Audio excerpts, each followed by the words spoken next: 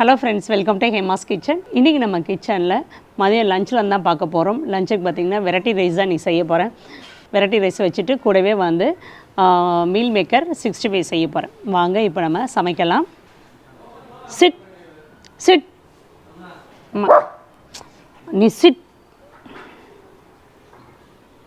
Soya 65க்கு இப்போ நம்ம soya 65க்கு marinate பண்ணிக்கலாம். சோயா 65 பார்த்தீங்கன்னா சோயா வந்து ஃபஸ்ட்டு தண்ணி நல்லா கொதிக்க வச்சுட்டு உப்பு போட்டு கொதிக்க வச்சுக்கோங்க. கொதிக்க வச்சுட்டு சோயா வந்து அதில் போட்டு ஆஃப் பண்ணிவிடுங்க. ஒரு 5 நிமிஷம் அப்படியே நல்லா ஊறட்டும். ஊறினதுக்கப்புறம் பார்த்தீங்கன்னா நல்லா இந்த மாதிரி நல்லா பெருசாக வந்துடும். அதுக்கப்புறம் தண்ணியை நல்லா ஒரு 2-3 தடவை கழுவிட்டு தண்ணி பிழிஞ்சு எடுத்து வச்சுக்கோங்க. இப்போ அதை நம்ம வந்து மேரினேட் பண்ணிக்கலாம். சுத்தமாக தண்ணி இருக்கக்கூடாது. இப்போ இதில் 1 ஸ்பூன் இஞ்சி பூண்டு பேஸ்ட், 1 ஸ்பூன் கார்ன்ஃப்ளவர்,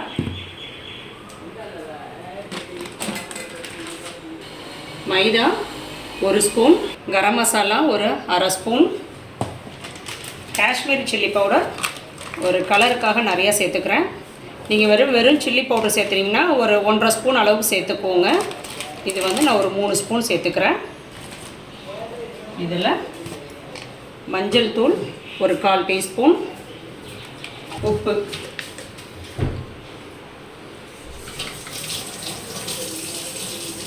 அவ்வளோதான். இப்போ இதை வந்து நல்லா கலந்துட்டு இப்போ இதை சோயா இதில் போட்டு நல்லா பிரட்டிக்கலாம்.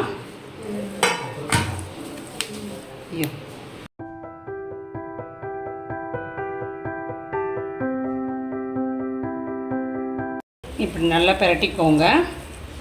அவ்வளோதான். இப்படியே ஒரு 10 நிமிஷம் ஊறட்டும். அதுக்குள்ளே நம்ம வந்து ரைஸ் எல்லாம் ரெடி பண்ணிக்கலாம். இப்போ நம்ம தேங்காய் சாதம் செஞ்சுக்கலாம்.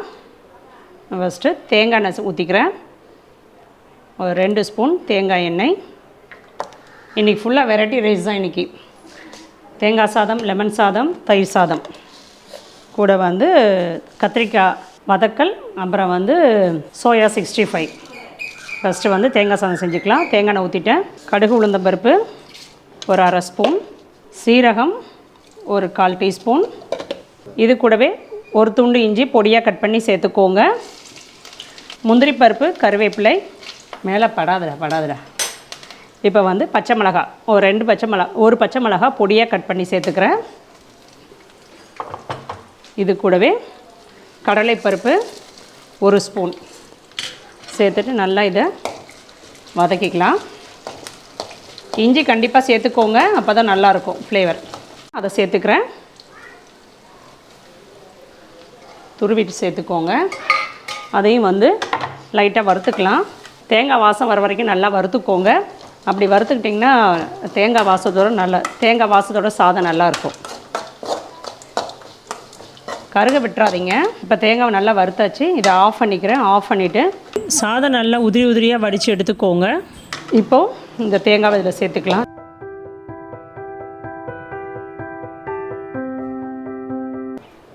இப்போ இது இப்படி இருக்கட்டும். கொஞ்சம் ஆறுனதுக்கப்புறம் நம்ம இதை பிரட்டிக்கலாம். சாதத்தில் உப்பு போட்டு சமைக்கலன்னா இப்போ தேங்காய் போட்டு நீங்கள் வறுக்கிறீங்களே அந்த சமயத்தில் உப்பு போட்டுக்கோங்க. நாங்கள் வந்து இங்கே உப்பு சேர்த்து தான் வடிச்சிருக்கிறாங்க, அதனால் உப்பு சேர்க்கலை. இப்போ பாசிப்பருப்பு பாயாசம் செய்யலாம். பாசிப்பருப்பு வேக வச்சு எடுத்து வச்சுருக்கிறேன். ஒரு அரை கிளாஸ் ஜவ்வரிசி அதையும் வேக வச்சு எடுத்து வச்சுருக்கிறேன். தனியாக அதையும் சேர்த்துக்கிறேன். இப்போ இது 2 சேர்ந்து கொதிக்கட்டும். இப்போ சாதத்தை கலந்துக்கலாம்.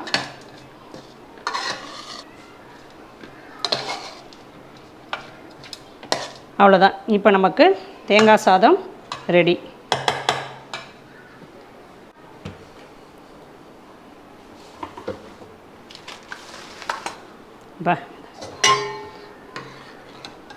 என்னடி அழகி, அழகம்மா, என்னடி, என்ன வேணும் உனக்கு? அங்கே பார், அவெல்லாம் எப்படி அழகாக அங்கே படுத்துருக்கான் பார். போய் படுத்துக்க போ.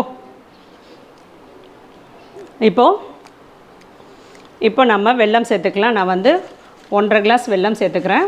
உங்களுக்கு வந்து எவ்வளோ வேணுமோ அதுக்கேற்ற மாதிரி சேர்த்துக்கோங்க. இனிப்புக்கு ஏற்ற மாதிரி சேர்த்துக்கோங்க. நான் வந்து 1 கிளாஸ் பாசிப்பருப்பு வேக வச்சுருந்தேன். பார்த்துட்டு சேர்த்துக்கலாம். இப்போ இது கொதிக்கட்டும். அதுக்குள்ளே நம்ம லெமன் ரைஸ் ரெடி பண்ணிக்கலாம். இப்போ லெமன் ரைஸ் செய்யலாம். நான் வந்து ஒரு 2 ஸ்பூன் எண்ணெய் ஊற்றிக்கிறேன். நல்லெண்ணெய் சேர்த்துக்கோங்க, நல்லாயிருக்கும். எண்ணெய் காயட்டும். இந்த டைமில் இங்கே வந்து நம்ம பாயசத்துக்கு ஏலக்காய் தூள் சேர்த்துக்கலாம். ஒரு அரை ஸ்பூன் ஏலக்காய் தூள். இது திடீர்னு வந்த ஐடியா, டெய்லி எதுக்கு குழம்பா வச்சிட்ருக்குது, இப்படி வெரைட்டி ரைஸாக சாப்பிட்லாமேன்னு சொல்லி. இப்போ வந்து எண்ணெய் காஞ்சிடுச்சு, கடுகு உளுந்தம் பருப்பு சேர்த்துக்கிறேன். இப்போ இதில் இஞ்சி சேர்த்துக்கிறேன், ஒரு துண்டு இஞ்சி, பச்சை மிளகாய், கடலைப்பருப்பு அது ஒரு ஸ்பூன் சேர்த்துக்கிறேன். இது கூடவே முந்திரி, கறிவேப்பிலை, பெருங்காயம் சேர்த்துட்டு ஒரு அரை டீஸ்பூன் மஞ்சள் தூள் சேர்த்துக்கிறேன். மஞ்சள் தூள் சேர்த்துட்டு ஆஃப் பண்ணிவிடுங்க. இதில் அப்படியே சாதத்தில் இதை ஊற்றிடலாம். இப்போது லெமன் பிழிஞ்சு ஊற்றிக்கிறேன். 2 லெமன் பிழிஞ்சு ஊற்றுறேன், அப்புறம் பார்த்துட்டு நம்ம சேர்த்துக்கலாம். என்னடா அடுத்த டிக்கெட் வந்து உட்காந்துருக்கு பாரு, படுத்துட்டான். இப்போ இதை பிரட்டிக்கலாம்.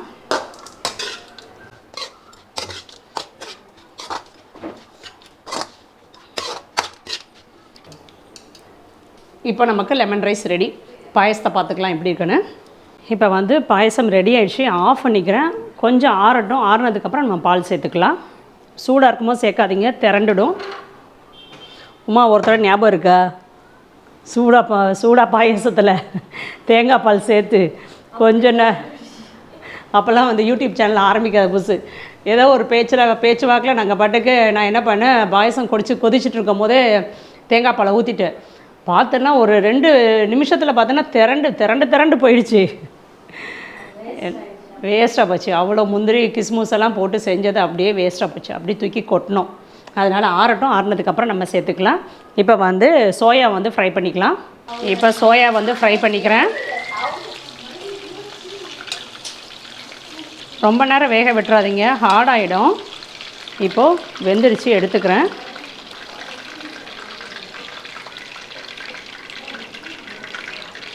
அவ்வளோதான், மசாலாலாம் நல்லா அப்படியே ஒட்டி இருக்குது பார்த்தீங்களா ஏன் தேவா?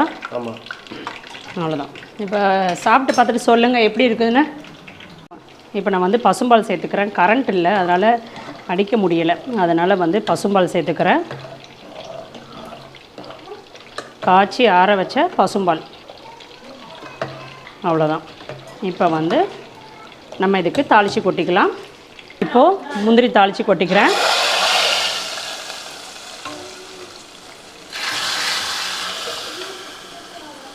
அவ்வளோதான். இப்போ நமக்கு பாசிப்பருப்பு பாயசம் ரெடி. இப்போ நமக்கு லஞ்ச் ரெடி. சோயா 65, லெமன் சாதம், பாசிப்பருப்பு பாயசம், கத்திரிக்காய் வதக்கல். கத்திரிக்காய் வதக்கலோட லிங்க் வந்து உங்களுக்கு கொடுக்குறேன், பார்த்துக்கோங்க. இது வந்து இந்த கத்திரிக்காய் வதக்கல் வந்து உமா செஞ்சது காலையிலேயே. இது வந்து தேங்காய் சாதம். நல்ல ஒரு சிம்பிளான ஒரு லஞ்ச்.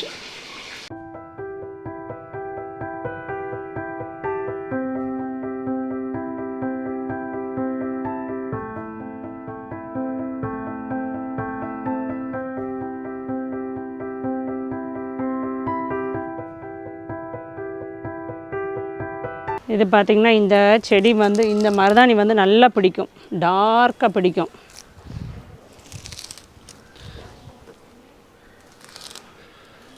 ஊர்லேருந்து வந்தோடனே அரைச்சி வைக்கணும்னு நினச்சேன், மறந்து போயிட்டே இருந்துச்சு. இன்றைக்கி காலையில் தான் அண்ணன் சொன்னாங்க. சாமி வந்து உட்காந்துட்டே இருந்தவ தூங்கிட்டா. யாருக்கெல்லாம் மருதாணி வைக்கிறதுக்கு பிடிக்கும்? சில பேர் வந்து கோன் வைப்பாங்க. மருதாணி அரைச்சி வச்சோம்னா ரொம்ப நல்லாயிருக்கும். யாருக்கெல்லாம் அது வைக்கிறதுக்கு பிடிக்கும்? அது அந்த இட்லி மாதிரி, தோசை மாதிரி அதெல்லாம் வைப்போம் தெரியுமா, நல்லாயிருக்கும். என்ன தேவா முகத்தை கட்டுற, சூப்பராக இருக்கும்டா அது. எவ்வளோ நல்லாயிருக்கும் தெரியுமா, நல்லா செவச்சவேன்னு பிடிக்கும். அம்மியில் அரைச்சி வைப்பாங்க, அம்மி இல்லை, அதனால் மிக்சியில் தான் அரைக்க போகிறோம். காட்டு. ஏய், யார் அது? நீ தானே?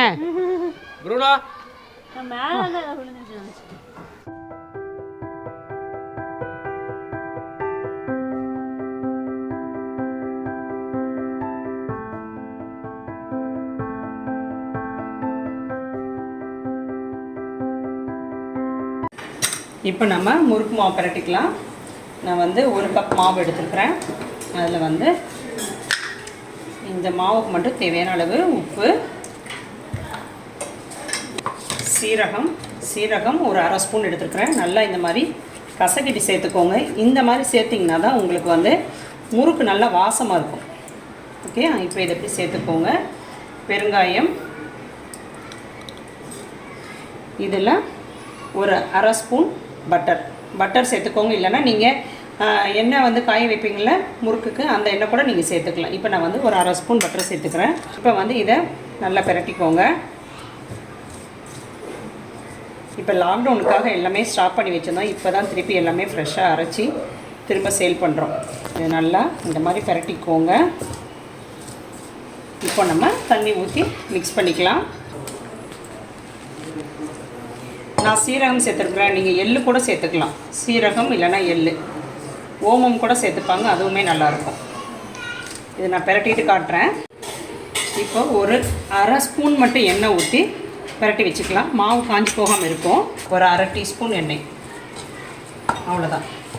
இப்படி வந்து நமக்கு கையில் ஒட்டாத மாதிரி வரணும் மாவு. ஓகேங்களா? இப்போ நம்ம முறுக்கு சுடலாம். ஃபஸ்ட்டு இந்த முறுக்கு இதில் வந்து எண்ணெயை தடவிக்கோங்க. அப்போ தான் நமக்கு வந்து மாவு வந்து ஒட்டாமல் வரும். அதே மாதிரி உள்ளேயும் தடவிக்கோங்க. இப்போ இது மாதிரி புரிஞ்சுக்கோங்க.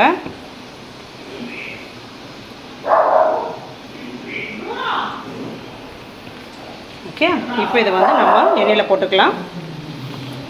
எடுத்து போடுங்க. பயமாக இருக்கா?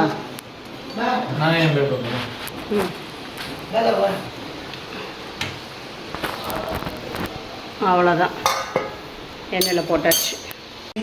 மினிமம் ஹீட்லேயே வச்சுக்கோங்க, ஹையில் வைக்காதீங்க. இப்போ இது வந்து எண்ணெய் சத்தம் அடங்கிடுச்சு, எடுத்துடலாம். இப்போ நமக்கு முறுக்கு ரெடி. Evening snacks. முறுக்கு மாவு பார்த்திங்கன்னா 1/4 கிலோ பேக்கெட்லேருந்து இருக்குது. தேவைப்படுறவங்க வாங்கிக்கோங்க. இப்போ முறுக்கெல்லாம் சுட்டு எடுத்துட்டேன். அதாவது ஃபஸ்ட்டு தடவை போட்டது மட்டும் சுட்டு எடுத்துருக்குறேன். நான் எல்லாத்தையும் சுட்டுட்டு பார்க்கலாம். இப்போ முறுக்கு சாப்பிட்டு பார்க்கலாம். நல்லா முறுமுறு இருக்குது. வாங்க, நான் பிடிச்சி பார்க்கலாம். வாங்க, சூடாக இருக்குது. ஆறட்டும், ஆறினதுக்கப்புறம் பிடிச்சி காட்டலாம். நம்ம ஒரு ஷாப்பிங்கில் பார்த்திங்கன்னா உங்களுக்கு இப்போ புதுசாக பொடி வகைகள்லாம் வந்து இன்ட்ரடியூஸ் பண்ணியிருக்கிறோம்.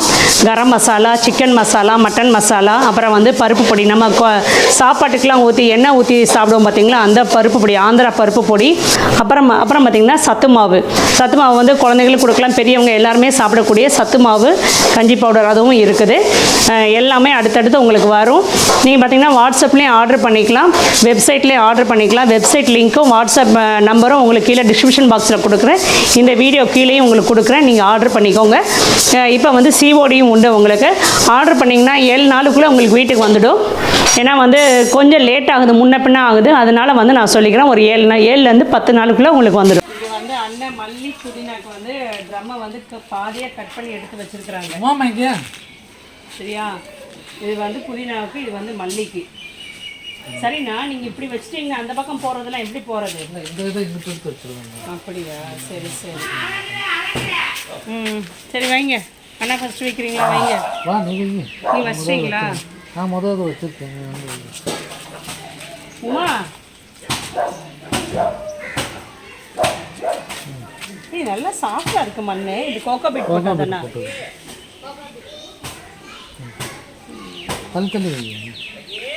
இந்த சௌமிடா உமா வைக்கிறோம்.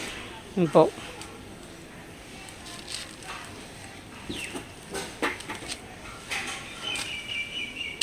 எதுக்குடா? என்னது இது? மல்லியா?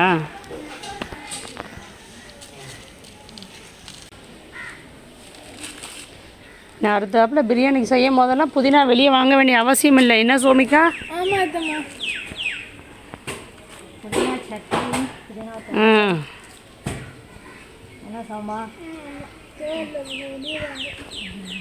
அழகம்மா, இங்கே பாரு எத்தனை ரோஸ் விட்டுருக்குதுடா.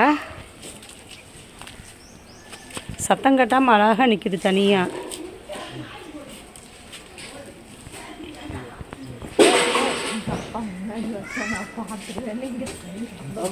டேய் வெளியே போட்டா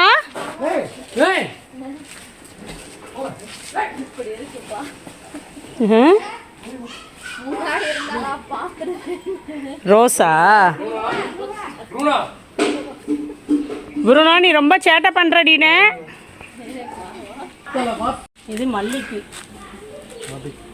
நல்லா சாஃப்டா இருக்குது இல்லை கொக்கோ பிட் போடுறது.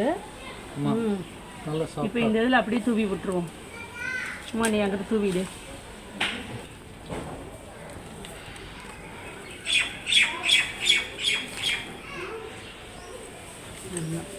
போட்டுரு அப்படி.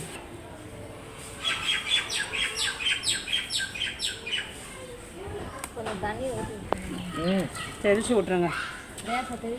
தினம் அப்டேட் எங்களுக்கு கொடுத்துக்கிட்டே இருக்கணும் எங்களுக்கு. சரியா? நாங்கள் பார்த்துக்கிட்டே இருப்போம். சரிண்ணா, இதுக்கு எப்படி தண்ணி வெளியே போகும்? கீழே ஓட்ட போட்டு. அப்படியா? ஓ சரி சரி. ஒரு ட்ரம்மா வாங்கி 2 கட் பண்ணி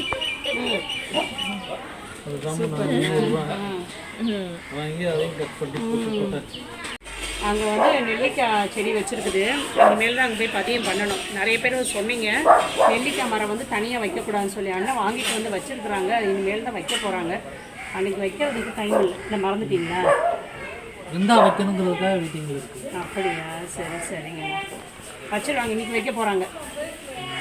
சரி 11 மணிக்கு வச்சுருவேன்.